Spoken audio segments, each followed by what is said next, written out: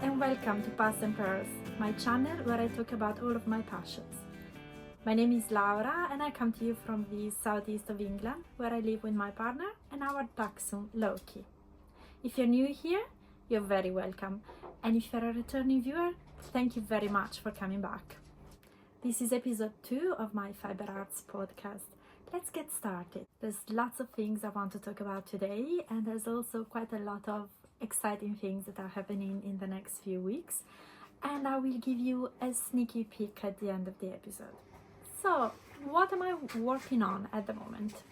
So at the moment I've been focusing a lot on my stash series, which if you haven't seen, I have put it all in a playlist which is linked below. So yeah, you can catch up on that. So I've been a little bit busy with that because, as you know, if you've seen it, I've been cataloguing all of my wool, which has taken a bit of time in between episodes. So actually that has slowed down a little bit what I've been working on. However, I do have a few finished objects, and at the moment I'm working on two things, I would say. One of them is almost finished, is the Zelda the Zebra by Elisa's Crochet. So it's a crochet amigurumi pattern, and I am using the free version. So she has a free version on her blog, and she also has a paid for version where, I don't know, it's probably more detailed and it has no ads, and I think you can find it on Etsy. I will link to my project page in Ravelry so that then you can see all the info there. So this is what I have now of the zebra. I will be putting a picture of what the zebra actually looks like. There's a reason why the colors are not exactly real zebra colors, but yeah, this is what it looks like. So this is gonna be the head and the neck. This is the body. I have made 2 ears, which I think go maybe here, somewhere here, yeah, somewhere there. So I'll make 2 of these, of the 2 ears, and so this is the body, what I've got so far. Actually the legs and the arms are actually quite short, so it shouldn't be too long, and then I will have to make the mane and embroider the details, but it's almost finished. And this is in these colors for 2 reasons. First, because again, if you've seen my stash series, you will know that I have made a big goal for myself this year of, well, actually 2 goals. First, not to buy any yarn apart from advent calendars, spoiler, and the second goal is to reduce my stash as much as I can. They do go together as goals, really. And so I have quite a lot. If you will see again, I also have everything in Ravelry, so you can go and have a look through my stash in Ravelry to see what I've got there and how all of my stash busting in 2025 is progressing. But I do have quite a bit of acrylic that I bought in the past for different projects that haven't really panned out as I wanted them to be, so I'm using it as much as I can.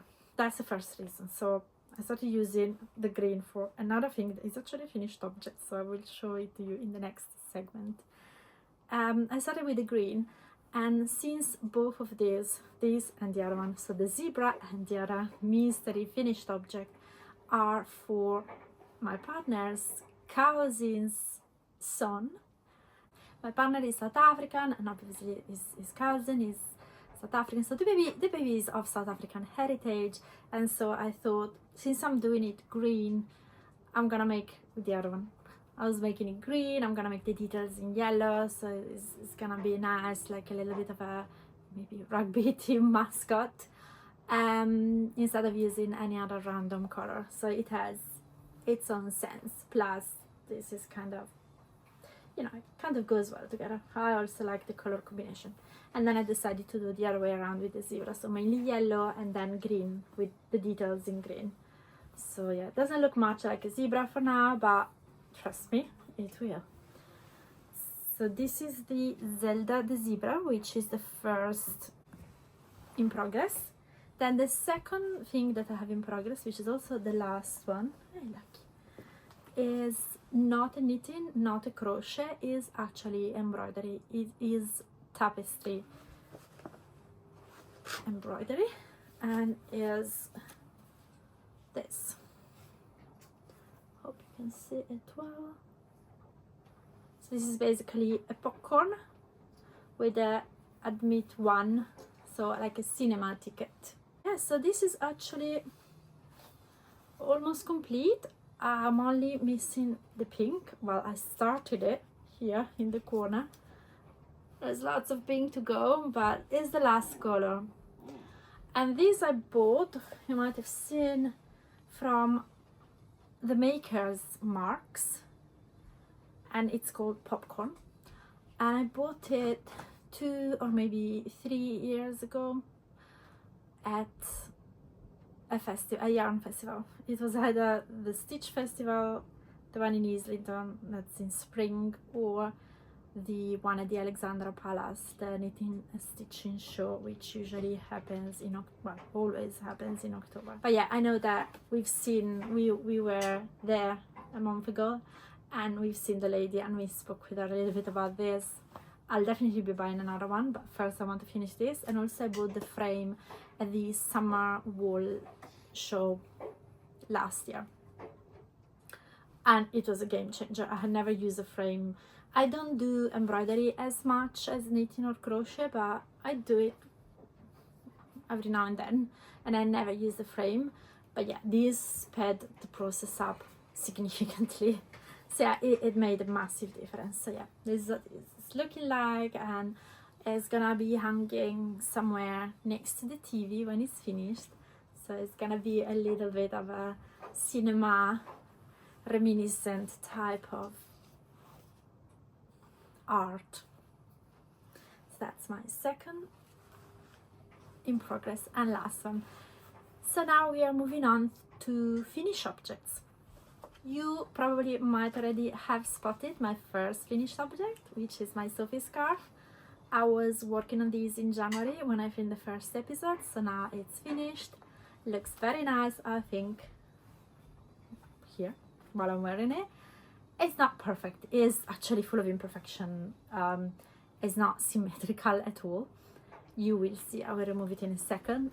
But yeah, I'm actually quite pleased with it. It's nice. I've used it actually these last 2-3 weeks. I've used it quite a few times. I used it to go to the Stitch Festival.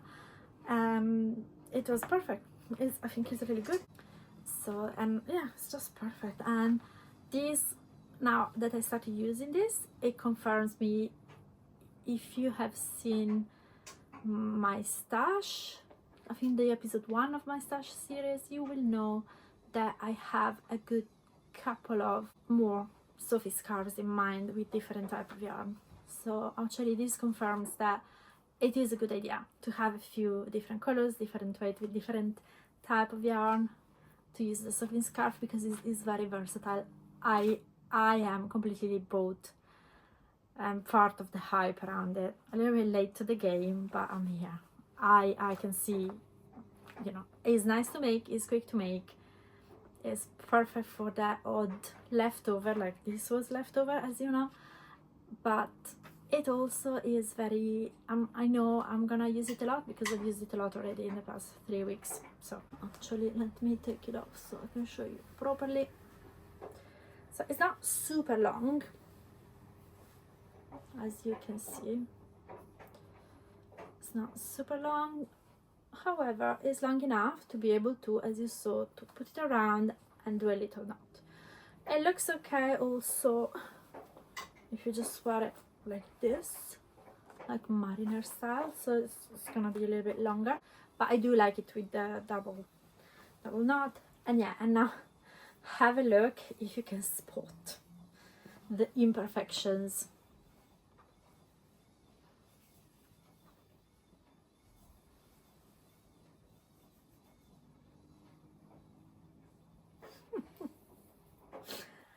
Yeah, it's very wobbly, but when you wear it you can't really tell. Let me fold it for you so you will see it even better.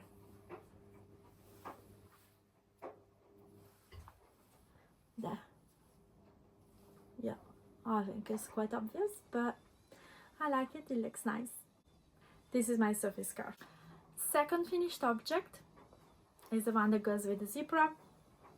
It's another pattern by Elisa's Crochet, and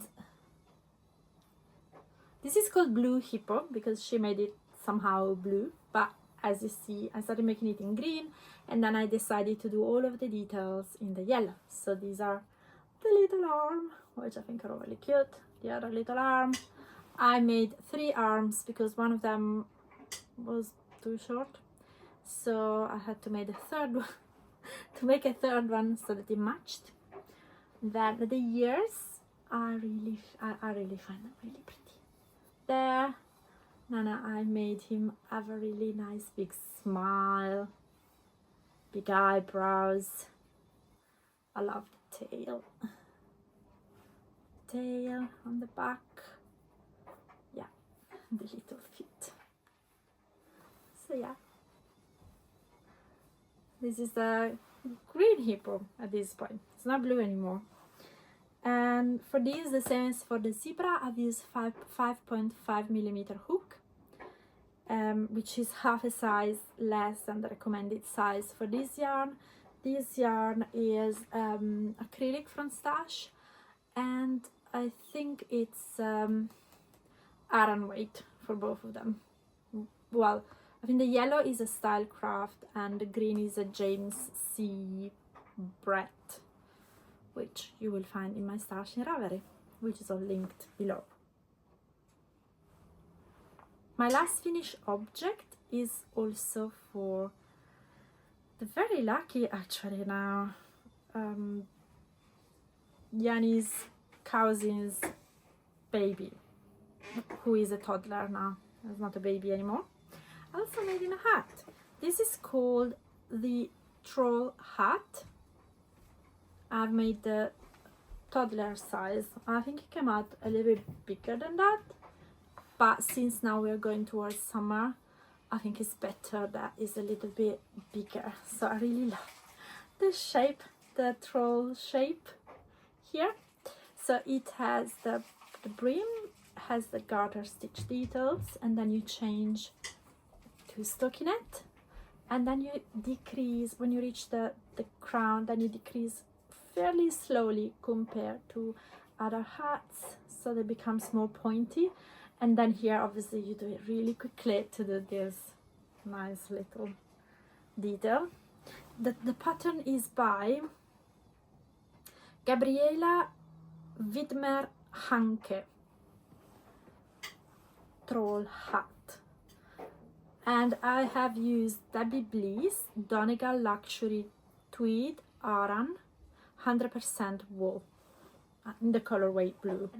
You will know if you've seen my stash series that I have quite a few different colors of this yarn because I really liked it. I originally bought it, I think, in green to make a hat for the baby of a friend. Then I made one for my nephew. I think I made another one for someone else, and I think this probably is the 4th one that I make. They're really fun to make and very, very quick, and I think this yarn works really well for it. It really gives it that, I don't know, troll-like texture. Yeah, and it's really, really warm, really good wool. So these were all of my finished objects since last episode. Now I want to talk about the Stitch Festival. I went on the 23rd of March, I think so. Yeah, it's with my friend, with my wool friend. It's in at the design center in Islington in North London, and we had a lovely day. It was really busy though, very busy. We had the afternoon tickets, which we also bought last year, and we thought it would be less busy, but actually there were lots of people, way more people than we thought, that actually had also booked the afternoon tickets. So it was really, really busy when we arrived. So we had a little quick look around, then we sat at the cafe, had something to drink. It was quite warm already on that day, something to drink, a little cake, and then we went around again because it was open until like 5:30 or 6, something like that, quite late. So we were able like to have almost the fair bar for ourselves. It was quite empty after. Yeah, so I am not very good yet at filming at festivals, so I will practice. I have taken just a couple of overall video from upstairs because it's a beautiful venue with different levels. So from upstairs you could actually see the whole of the ground floor. So I've taken a couple of small videos and pictures from up there, and I think 1 or 2 videos I tried of the stalls, but I kind of stopped after a little bit. And then, well, when it was full of people, it's not actually fun to try and film or take pictures.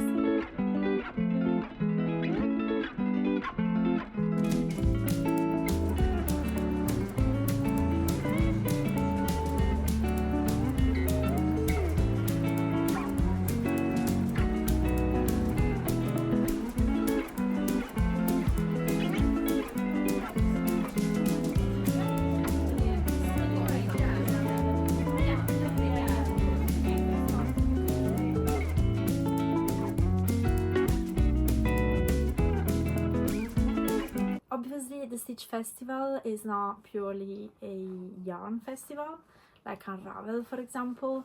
It is mixed, and so there's lots of even accessories and lots of fabric, lots of other type of crafts also. There's lots of even beads. There are whole stalls that sell beads, and then other stalls, like lots of stalls that sell just fabric, buttons even.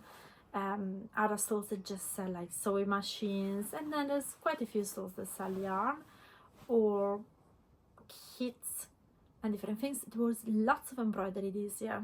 I think it's the first year that I see so many embroidery, so tapestry, lots of cross stitch, but there was also like, I don't know how you call it, it's like freehand embroidery. Those are beautiful. I don't know if I will ever be able to do that. If you do that, let me know in the comments. So at the festival, was I good at the festival? Was I not? As you know, my goal is to not buy any yarn this year and to only use yarn from stash mostly. And I am very pleased to let you know that I actually resisted. I didn't really buy any yarn. I didn't really buy much. There was a lot that I would have loved to buy. There were loads of beautiful things, and if I'd given in to my instincts, I would have bought a lot of things, but I didn't. So actually I'm thrilled to say that, and I hope you're also proud of me. But I will show you what I bought. So I bought 3 things actually, and I will show you what. So first thing, let's start from the smallest. I haven't opened it because I wanted to show you how pretty it looked. This is from Gilliam Glass, and it's a glass needle minder. So obviously is magnetic, so you know the little needles will not fall off, especially now that I'm also doing a little bit of embroidery. And with the little dog always around, she loves to actually sit on my lap every time I sit down to do something with my hands, or to do some crochet, knitting, or even embroider. So I move things around quickly, and she moves and she puts herself comfortable, then she sees something out of the window, she jumps off, then she comes back. So I'm always shuffling things around, and obviously if it's a crochet hook or even a normal needle, I put it down. It's slightly different also because at the moment I'm not using any particularly sharp or thin knitting needles, but obviously if I am sewing piecing together of the amigurumi, or I'm doing the embroidery, it's a little bit different. So needles are a bit dangerous. Some of them are really sharp, so I think I will be using this a lot, and you will see it a lot. So this is it. I'm really happy that I bought it. So that's one of the purchases. Then I bought this. I'm not counting this as yarn because it's a kit, self-serving. So it's called Amigo Mira, and it's the rooster, and I think it's in Portuguese. and it's called O Galo, which I know means rooster in Portuguese because it's the same as Italian, which is my mother tongue. And yeah, I think I saw she had it there and I thought it was really cute. And there's the instructions in it. I will show you what it looks like when you open it. And the instructions. And look how cute. This is all the cotton that you're gonna use, these super tiny ones. And this is what the rooster looks like. So yeah, I will be making it as soon as possible. So it will be this, actually I included it in the list of my stash now, and so it will be, you will see this. It's a little spoiler of what you will see actually in the final episode of the stash series, but I wanted to show you my purchase first before you saw it in the stash. So this is my second purchase, and then the third purchase, let me take a couple of things out. Sorry, Lucky, you stay there. My third purchase is this.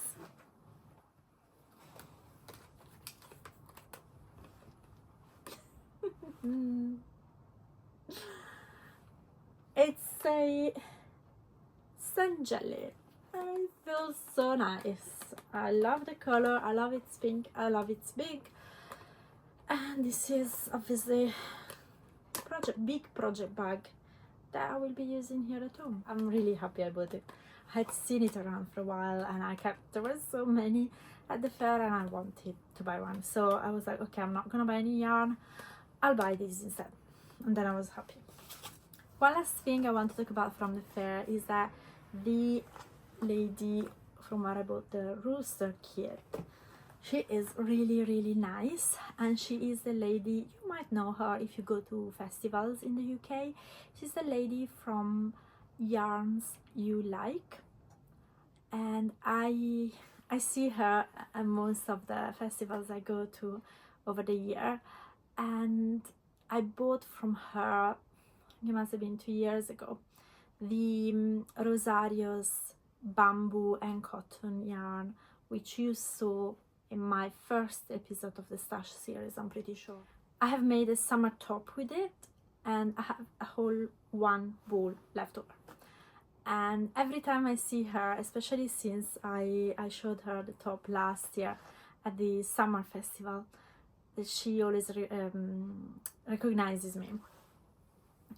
Me and my friend, obviously, and she says hello. I always have a little bit of a chat, etc. And I told her, oh, I've got, you know, one ball left from the top I made with the yarn I bought from you, and I don't know what to make with it. I really need to think about it. Maybe something that goes with my summer top. And she was so kind to gift me one of the patterns that she sells to make a cowl that she was actually wearing at the fair, and it's called the Revamp Cowl by Kate Writing Designs, by Kate Whiting. And this is what it looks like. Oh, sorry for the light. The day slipped away from me, and by the time I was all set up to film, the sun had just gone down, so actually using artificial light, I hope it's okay. We will see when I edit. So this is the cowl. I love the details. I will link the Ravelry page so that you will be able to see it. And yeah, and she said that it uses exactly one ball of that yarn, so I will be able to use it all. This will be using all of that, and I'm really happy about it. It is knitted, and this will definitely go into my projects for the year, probably for the summer, because I promised her, well, I didn't promise, but I told her I'll try, that I will be wearing it when we see her next at the summer fair. So she actually gave me the leaflet of the next few festivals she will be at. So if you are around the UK, or if you come here on holiday, maybe you can go. This one I've never been. I'd like to go maybe one day, Petra. This is the Southern Wool Show, and it's on the 3rd. Oh no, the summer fair is first. Oh, okay. The Southern Wool Show, 30th and 31st of August, and is in Newbury Race Course. Newbury Race Course. And that's that. And the lady from Yarns You Like will be there, and many other people too, obviously. And the other one, which we have been twice already, and it's becoming our favorite festival of the year. It's the Summer Wool Festival, and this year is happening on the 26th and 27th of July at Redbourne School in sorry, I struggle to pronounce this, but it's Amt Hill. So, and yeah, the venue is really nice because it's in this school, which is a beautiful school. So it has lots of buildings, and it has a beautiful garden, like park all around the place. Both times we went, it was really lovely weather. And so yeah, you can just have, you sit outside, you have your lunch, have a lovely day, and then you go in and out and see. Oops. Oh, Loki, you didn't like the bag there. You can sit outside, have lunch, then you go into one building to see a few things, then you go into another one. So yeah, it's really one that I'd recommend. It's a lovely day out. If you're able to go to that one, I definitely recommend it. We will be going, if everything goes well, as usual. You never know, but our plan is to be able to go. Summer Wool Festival. And finally, in the last segment, I just wanted to talk a little bit about what's happening next. So soon, hopefully in 1 week, I will be releasing the last episode, so the grand finale of the Stash series that I've been filming and sharing with you. And in this episode, we will be looking at what I will be making in the year. So which yarns I will be using, what I'm aiming to use in 2025, and what I will be making with them. So stay tuned, that is coming very soon. Then next, and I'm very excited for this one, I will be releasing a special about advent calendars and advent patterns. So I know the timing might sound a bit weird, but I have a few reasons for that, which I will definitely explain in the episode. But this special, actually, I follow lots of yarn dyers, and all of the pre-orders, like 99.9% of the pre-orders have either already been released in March or are going to be released now in April. So this is actually the time when, if you want to, or if you're planning to, you're considering to get a yarn advent calendar, this is the time where you want to have a look at it and maybe pre-order it.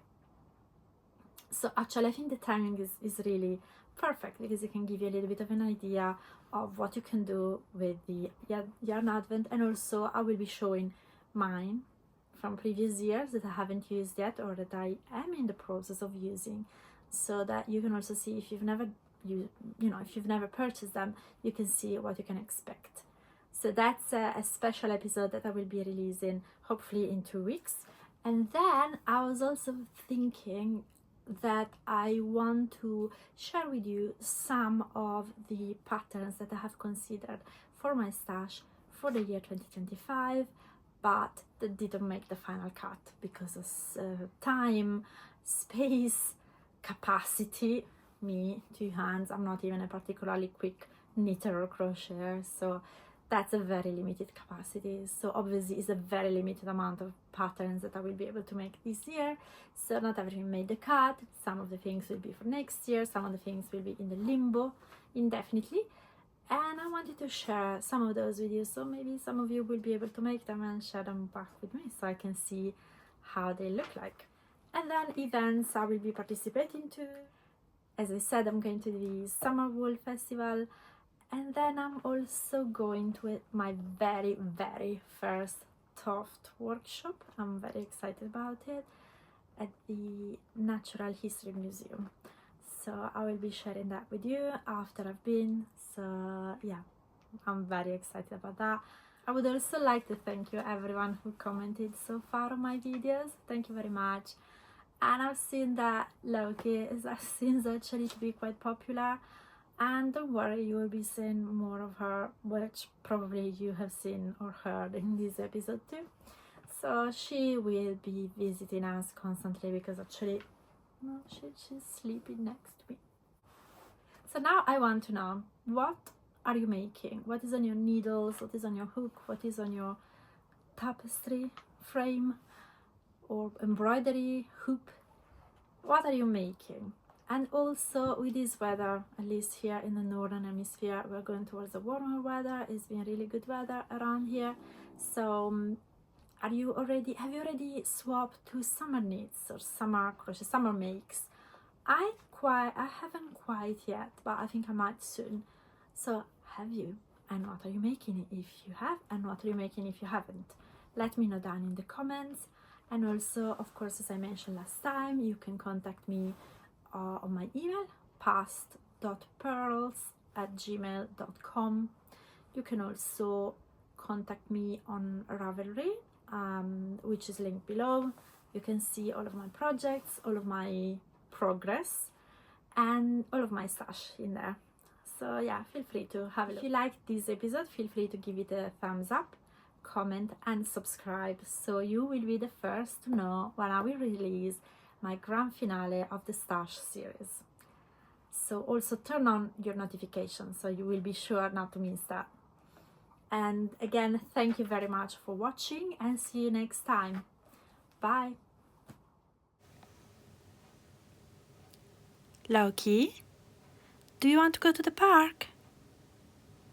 This is episode 2 of my fiber art port. Da da da da da da da da.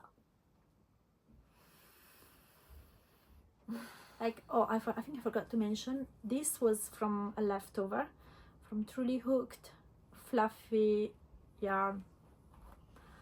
Fluffy yarn.